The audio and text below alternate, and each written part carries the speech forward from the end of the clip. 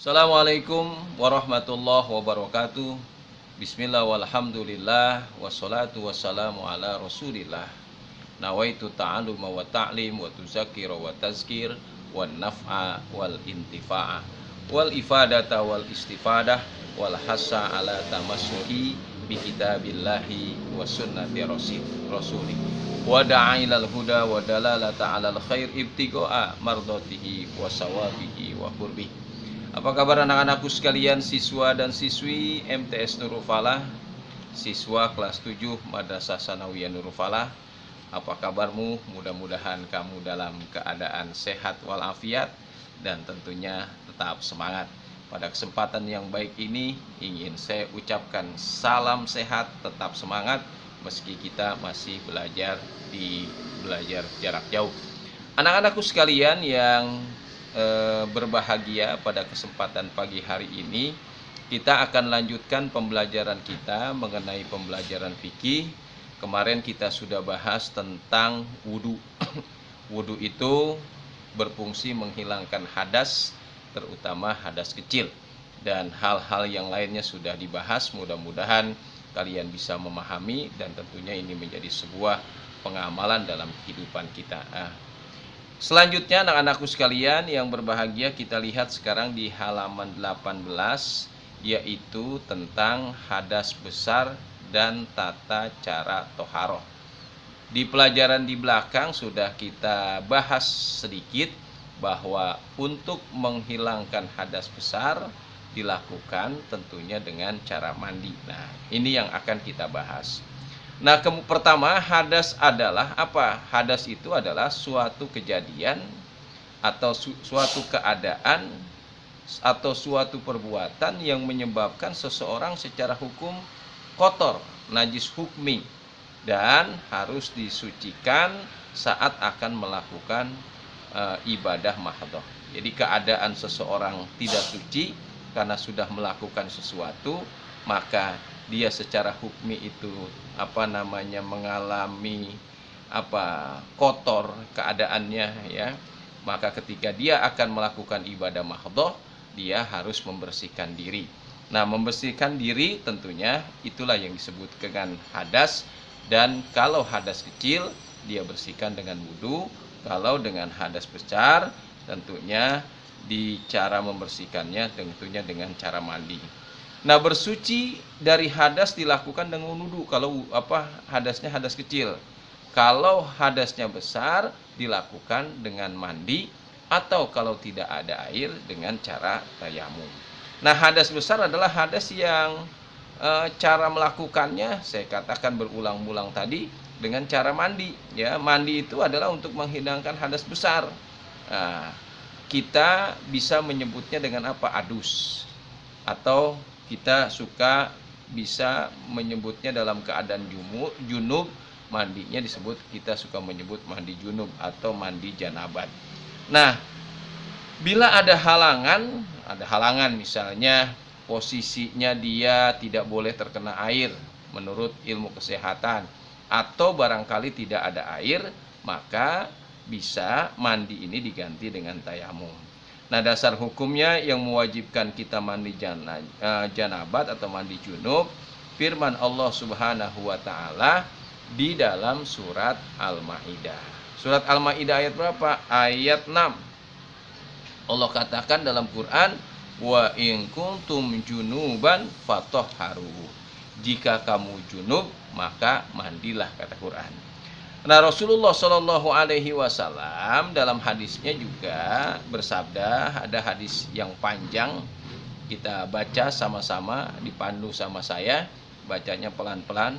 Wa an Aisyata radhiyallahu anhu qalat, kana Rasulullah Shallallahu Alaihi Wasallam ijagtasala minal janabati yabda'u fayagsilu yadaihi summa yufrigu biyaminihi ala shimalihi fayagsilu farjahu summa yatawaddo'a summa yakhuzul ma'a fayudkhilu asabi'ahu fi usulis sya'ri summa hafana ala ra'sihi salasa hafanatin summa afado ala sairil jasadihi summa gosala rijlaihi. Nah, dari Siti Aisyah ia berkata, adalah Rasulullah Shallallahu Alaihi Wasallam mandi janabah. Jadi Nabi mandi junub. Beliau mulai mencuci dua tangan, ya, dua tangannya dicuci kanan dan kiri, ya. Lalu menyiramkan air dengan yang kanan. Jadi sebelah kanan dari mulai bahu ke bawah disiramkan air yang kanan kepada yang kiri. Lalu beliau mencuci kemaluannya, lalu berwudu, kemudian beliau mengambil air, lalu memasukkan jari-jarinya ke pangkar rambut, di sela-sela rambutnya. Lalu beliau menyiram kepalanya 3 kali siraman, lalu beliau menyiram seluruh badannya, kemudian mencuci 2 kakinya. Itulah Rasulullah, diriwayatkan oleh istri beliau Siti Aisyah bagaimana Rasulullah mandi junub. Artinya Rasulullah mandi junub itu beliau siramkan seluruh badannya, selak-selaknya semua basah dari ujung rambut sampai ujung kaki. Nah, anak-anakku sekalian, mandi itu terbagi kepada 2 bagian dalam fikih. Satu, ini mandi ya, mandi menghilangkan hadas. Satu, ada yang disebut dengan mandi wajib, ya. Kedua, ada yang mandi sunnah. Tapi dua-duanya mandi besar.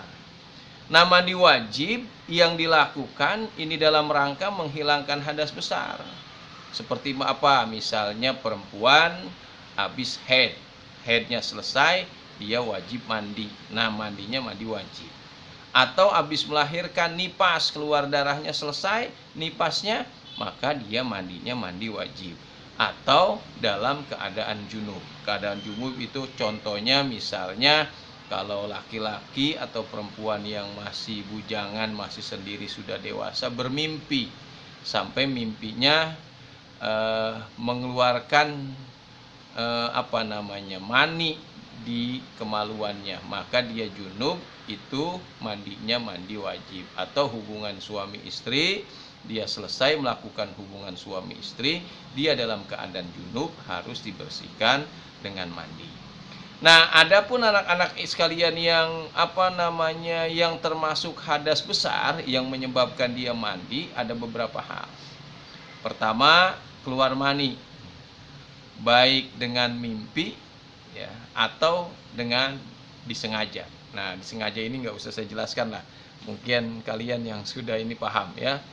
Dengan sengaja atau karena sebab mimpi, maka dia punya hadas besar. Kata Rasulullah, fa idza fadhtal ma'a fa'agsil. Apabila air mani terpancar keluar, maka mandilah, kata Nabi. Riwayat Imam Abu Daud. Yang kedua yang menyebabkan mandi itu haid. Haid itu bahasanya apa? Menstruasi. Kalau wanita dewasa setiap bulan datang tamu, selesai tamunya atau menstruasinya atau haidnya, maka dia wajib mandi. Karena haid itu menyebabkan hadas besar yang cara menghilangkannya dengan mandi. Kemudian yang ketiga nipas, yaitu keluar dari rahim wanita serta darah yang keluar dari rahim wanita setelah melahirkan, itu namanya nipas. Atau karena sebab melahirkan. Yang kelima, mati atau meninggal. Jadi orang mati kan dimandikan. Nah, mandinya mandi seluruh badan, itu dia berarti punya hadas besar. Ketika dia kembali ke hadirat Allah dalam keadaan suci, maka bagi yang hidup kewajiban diantaranya adalah memandikan, mengkafani, mensolatkan, kemudian menguburkan. Kemudian yang keenam, apa yang menyebabkan hadas besar? Karena melakukan hubungan suami istri. Bagi suami istri yang sah, dia melakukan hubungan, ya, maka dia wajib mandi. Nah, bagi laki-laki yang berhadas besar, bagi laki-laki yang sedang berhadas besar atau dalam keadaan junub dia belum mandi, dia dilarang, satu, dilarang mengerjakan tawaf. Kalau mau tawaf mandi dulu. Dia dilarang mengerjakan sholat. Kalau mau sholat mandi dulu. Dia dilarang beriktikaf. Kalau lagi iktikaf keluar dulu mandi kemudian iktikaf lagi. Kemudian membaca Al-Qur'an, ya, atau membawa Al-Qur'an, bahkan menyentuh Al-Qur'an kata Imam Syafi'i bagi orang yang junub nggak boleh. Bagi perempuan yang sedang haid, dia sama, dia nggak boleh ngerjain sholat, nggak boleh tawaf, nggak boleh itikaf, tidak boleh puasa, tuh, ya. Kemudian berkumpul suami istri, ya, terus membawa Al-Qur'an, menyentuh Al-Qur'an, tuh perempuan lebih banyak, ya. Adapun cara menyucikan hadas besar, saya katakan tadi dengan cara mandi dalam istilah syara itu disebut namanya mandi janabah. Nah, tetapi apabila keadaan darurat bisa diganti dengan cara apa? Dengan cara tayamum. Seperti misalnya orang yang sedang sakit, ya, yang sakitnya apabila dia kena air kemudian akan bertambah parah penyakitnya, bahkan bisa menyebabkan kematian. Memang ada Pak? Ada lah, ya. Maka boleh dalam keadaan itu diganti dengan tayamum. Kemudian cara mensucikan hadas ada 3. Pertama wudhu, kedua mandi, ketiga tayamum. Jadi mandi yang pertama adalah mandi wajib. Kemudian yang kedua ada mandi sunnah. Mandi sunat itu mandi yang dianjurkan. Dianjurkan apa? Untuk dilakukan atau dilaksanakan. Kalau dikerjakan dapat pahala, jika ditinggalkan tidak menghalangi seseorang untuk beribadah. Tapi sangat dianjurkan untuk mandi dalam situasi momen-momen tertentu. Misalnya hari Jumat, ya, ketika mau berangkat sholat Jumat itu sunnah mandi besar, ya, mandi niat akan melaksanakan sholat Jumat. Nawaitul ghusla lirofil adasil akbari min yaumil jumu'ati sunnata lillahi ta'ala. Bisa niatnya begitu. Kemudian mandi 2 hari raya Idul Fitri, hari raya Idul Adha. Maka sebelum kita berangkat sholat id, sunnah kita untuk mandi, niatnya mandi hari raya. Kemudian yang ketiga, orang yang sembuh dari penyakit gila. Nah, gila dia, saraf, SGM, sinting gila miring. Kemudian dia sembuh, sunat mandi, ya, mandinya mandi besar. Kemudian mandi sehabis memandikan jenazah. Kita habis mandiin jenazah, baik kita memandikan utama atau karena hubungan keluarga yang menyebabkan kita bersama-sama memandikan jenazah. Maka sunnah selesai memandikan, dia memandikan mandi besar. Kemudian mandi tak kalah kita mau ihram haji atau ihram umroh. Nah, kita mau ihram haji, kalau berangkat dari Madinah kita biasanya mabit.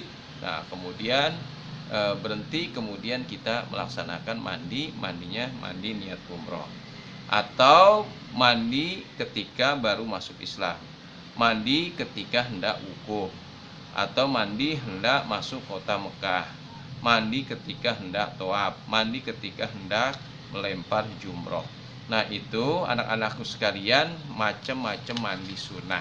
Jadi mandi itu adalah salah satu cara untuk menghilangkan hadas besar. Namun demikian, mandi terbagi kepada 2. Ada mandi yang hukumnya wajib, tadi sudah disampaikan bagaimana ketentuan-ketentuan yang menyebabkan orang menjadi mandi besar. Kedua, ada mandi sunnah pada momen-momen ibadah tertentu. Mudah-mudahan kita memahami apa yang saya sampaikan. Sampai berjumpa lagi pada pertemuan yang akan datang. Assalamualaikum warahmatullahi wabarakatuh.